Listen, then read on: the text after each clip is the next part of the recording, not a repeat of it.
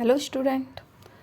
अर्धवार्षिक परीक्षा 2021-22 विषय रहेगा अर्थशास्त्र, कक्षा 12वीं। इसमें समय रहेगा आपके 3 घंटे और पूर्णांक होंगे 80।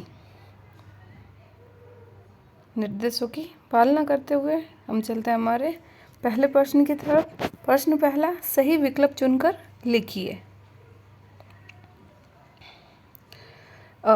पूर्ण प्रतियोगिता बाजार में उत्पाद की मांग।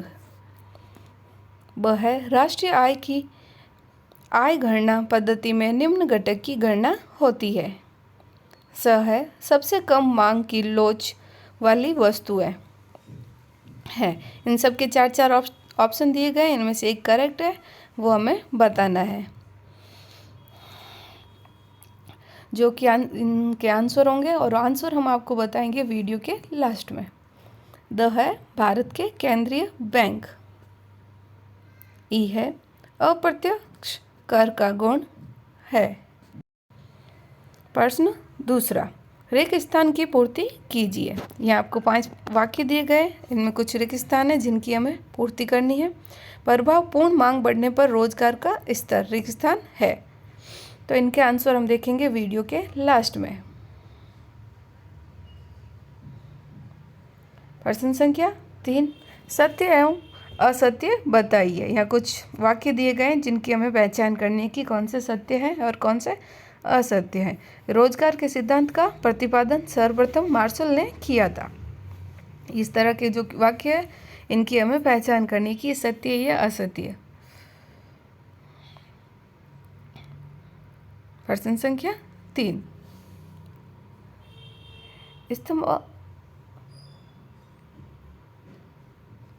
प्रश्न संख्या 4, स्तंभ अ के लिए स्तंभ ब से चुनकर सही जोड़ियां बनाइए। यहाँ हमें दिए गए हैं खंड अ और खंड ब। खंड अ कंटिन्यू लिखे गए हैं, इनके खंड ब से बताना है कि इनके साथ कौन सी जोड़ी सही होगी।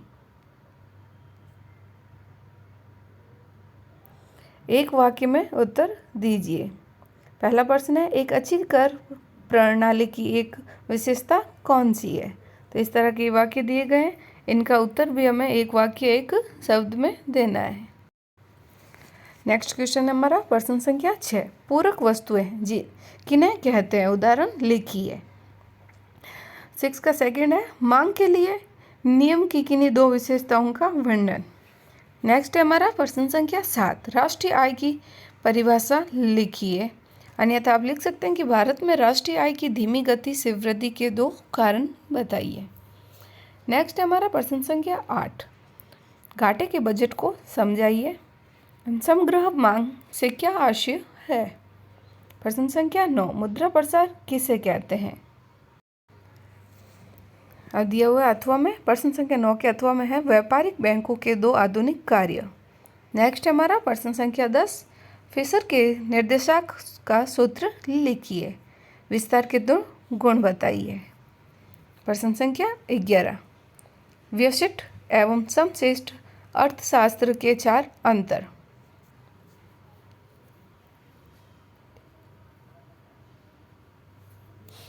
समशिष्ट अर्थशास्त्र की 4 विशेषताएं। नेक्स्ट है, पूर्ण प्रतियोगी बाजार एवं अपूर्ण प्रतियोगी बाजार में 4 अंतर स्पष्ट कीजिए। एकाधिकार एवं एकाधिकृत प्रतियोगिता में अंतर लिखिए।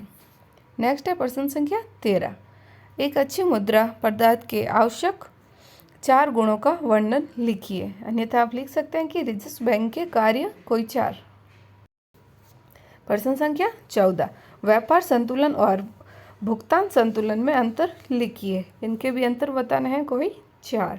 अंतर्राष्ट्रीय व्यापार की हानियाँ, आपको इनकी हानियाँ लिखनी है केवल 4। प्रश्न संख्या 15, प्रत्यक्ष कर के गुण लिखिए। कोई 4 गुण लिखने हैं आपको इसमें। अप्रत्यक्ष कर के दोष लिखने हैं, दोष भी आपको 4 बताने हैं। प्रश्न संख्या 16, माध्य विचलन के गुण लिखिए। कोई 4। आधार वर्ष की विशेषताएं वो भी 4 ही लिखनी है आपको। सुचाचक सूचा बनाने की प्रमुख कठिनाइयाँ कौन सी है? नेक्स्ट है, अथवा में दिया गया है निर्देशांक की सीमाएं लिखिए। ये भी कोई 4। प्रश्न संख्या 18, मांग के नियम के अपवादों को किन्हीं 5 बिंदुओं द्वारा स्पष्ट कीजिए। मांग की लोच के महत्व किन्हीं 5 बिंदुओं द्वारा स्पष्ट कीजिए। नेक्स्ट है प्रश्न संख्या 19, भारत में राष्ट्रीय आय के कम होने के कोई 5 कारणों को बताइए। भारत में राष्ट्रीय आय की वृद्धि हेतु कोई 5 आवश्यक सुझाव दीजिए।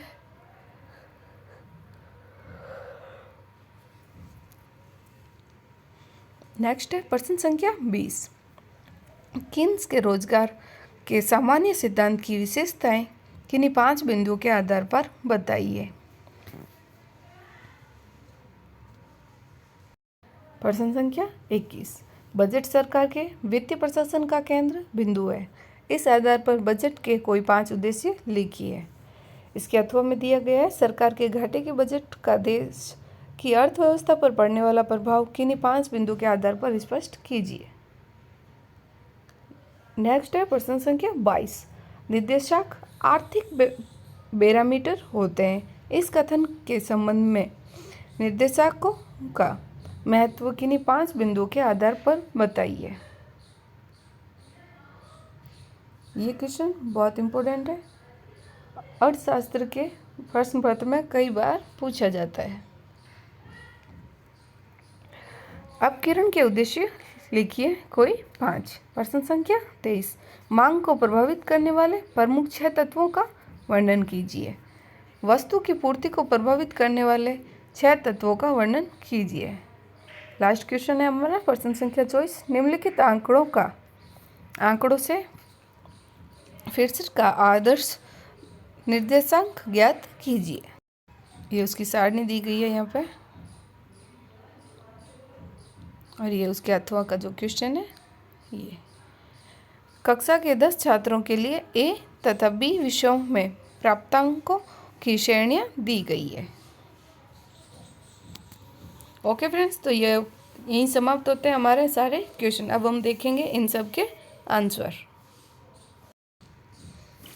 तो ये हमारे पहले प्रश्न का आंसर।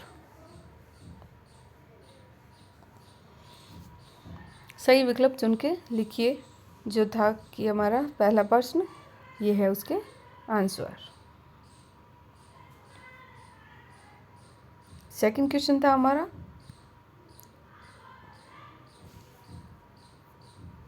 रिक्त स्थानों की पूर्ति, ये सेकंड क्वेश्चन का आंसर।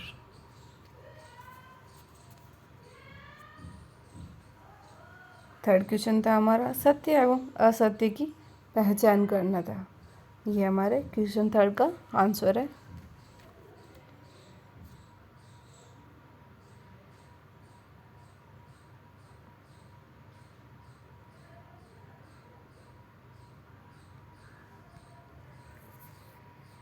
लास्ट 5 यहाँ दिया गया है, 5वां का भी आंसर सत्य है। प्रश्न संख्या 4, जिसमें खंड अ और खंड ब दोनों का मिलान करना था, सही जोड़ियाँ बनानी थी, ये है इसका आंसर।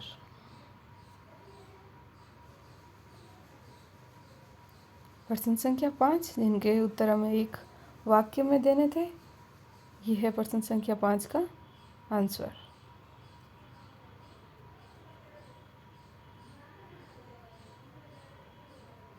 अब चलते हैं हम हमारे प्रश्नों की तरफ। प्रश्न संख्या 6 का आंसर है, जिन वस्तुओं का एक दूसरे के साथ पूरक रूप से प्रयोग किया जाता है उन्हें पूरक वस्तुएं कहते हैं, जैसे पेन अतः शाई, कार तथा पेट्रोल आदि।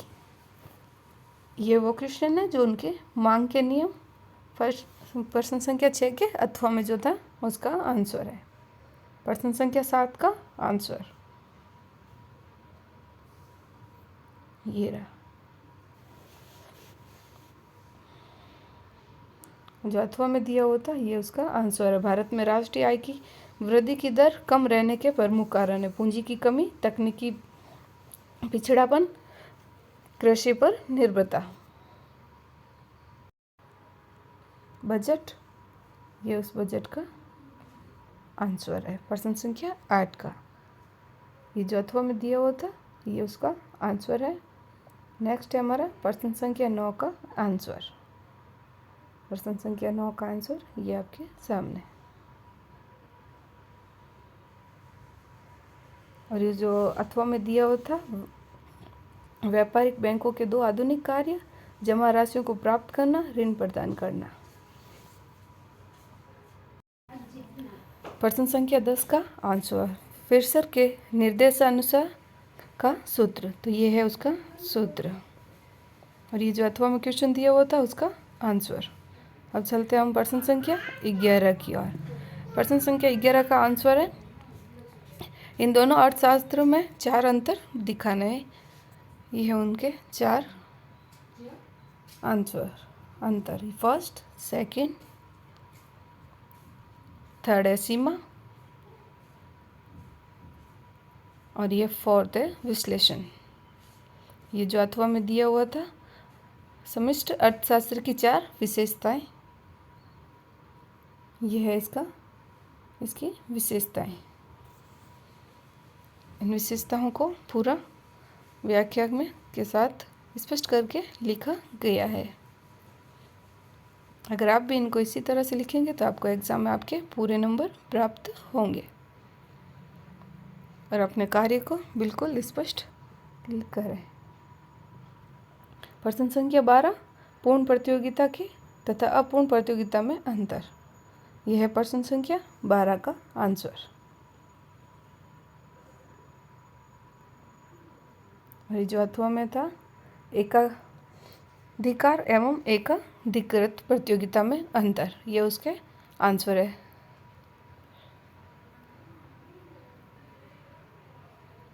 प्रश्न संख्या 13 एक अच्छी मुद्रा पदार्थ के आवश्यक गुण निम्नलिखित है।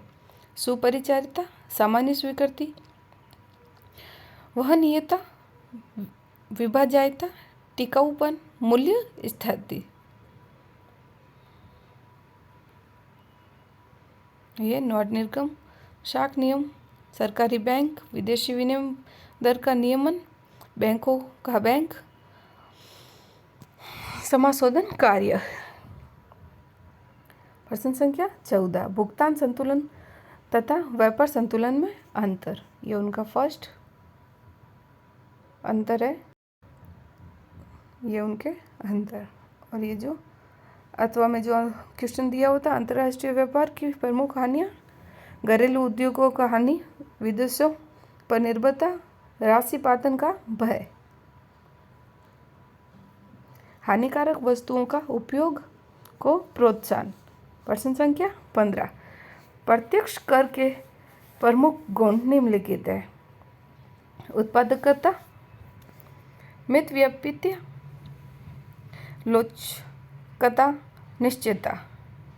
जो अथवा में दिया हुआ था अप्रत्यक्ष कर के प्रमुख दोष, कर की चोरी, असमानता, बेलोचादार, प्रतिग्रामी।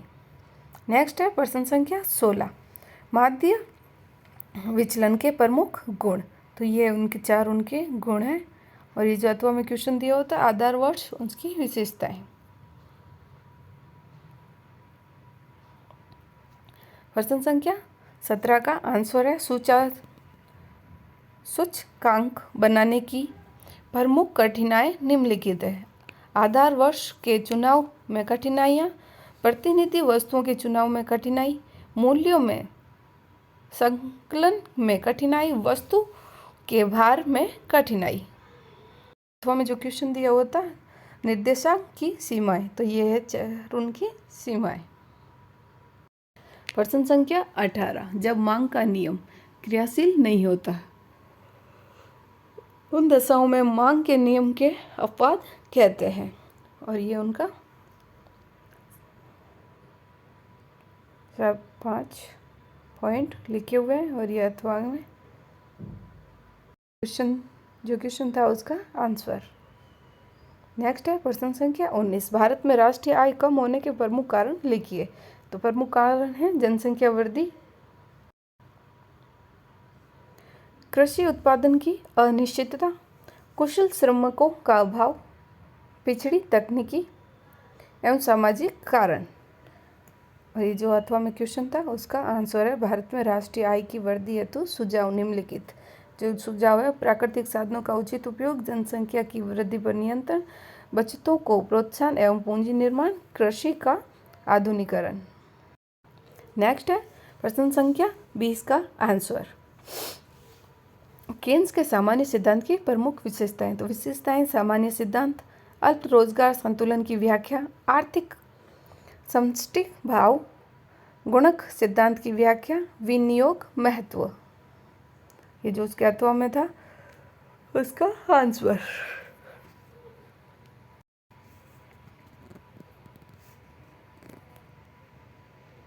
नेक्स्ट है प्रश्न संख्या 21 का आंसर है बजट सरकार के वित्तीय प्रशासन का केंद्र बिंदु होता है। बजट के प्रमुख उद्देश्य। तो उद्देश्य है हिसाब देयता का उद्देश्य, आर्थिक नियंत्रण,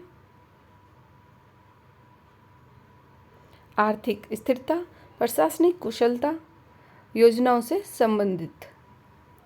ये जो अथवा में क्वेश्चन था, सरकार के घाटे के बजट का देश की अर्थव्यवस्था पर पड़ने वाले प्रभाव निम्नलिखित। तो ये सारे प्रभाव यहाँ बताए गए हैं। प्रभाव को आप अच्छे से नोट करें, याद करें, अपने एग्जाम में डिट्टो ऐसे ही लिखने पर आपको अच्छे नंबर प्राप्त होंगे। तो कार्य भी इतना ही स्पष्ट करें। प्रश्न संख्या 12 का आंसर। निर्देशांक से आर्थिक परिस्थिति का अध्ययन किया जाता है। जीवन स्तर की तुलनात्मक अध्ययन, मुद्रा की क्रय शक्ति में परिवर्तन का ज्ञान, व्यापारियों के लिए उपयोगी और विदेशी व्यापार संबंधी ज्ञान। पांचवा है राष्ट्रीय आय में परिवर्तन का ज्ञान। यह अथवा में जो क्वेश्चन था उसका आंसर है अपकिरण के उद्देश्य। 5 उद्देश्य दिए गए हैं।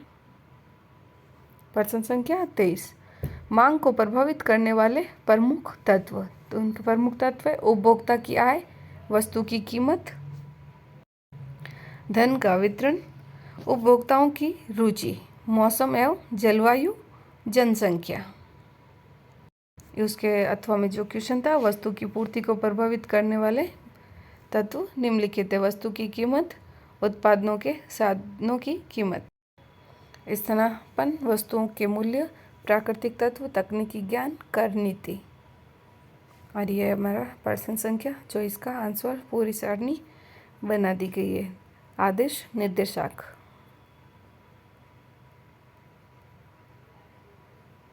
ये उसका हल है। और ये जो अथवा में क्वेश्चन था ये उसकी प्रमाप विचलन, और ये उसका आंसर है। ओके फ्रेंड्स, तो ये था हमारा आज का पेपर। ये आपको वीडियो कैसा लगा, लाइक शेयर सब्सक्राइब ज़रूर करें। अगर ये वीडियो आपके लिए हेल्पफुल रहा हो तो कमेंट करके ज़रूर बताएं। Thank you for watching.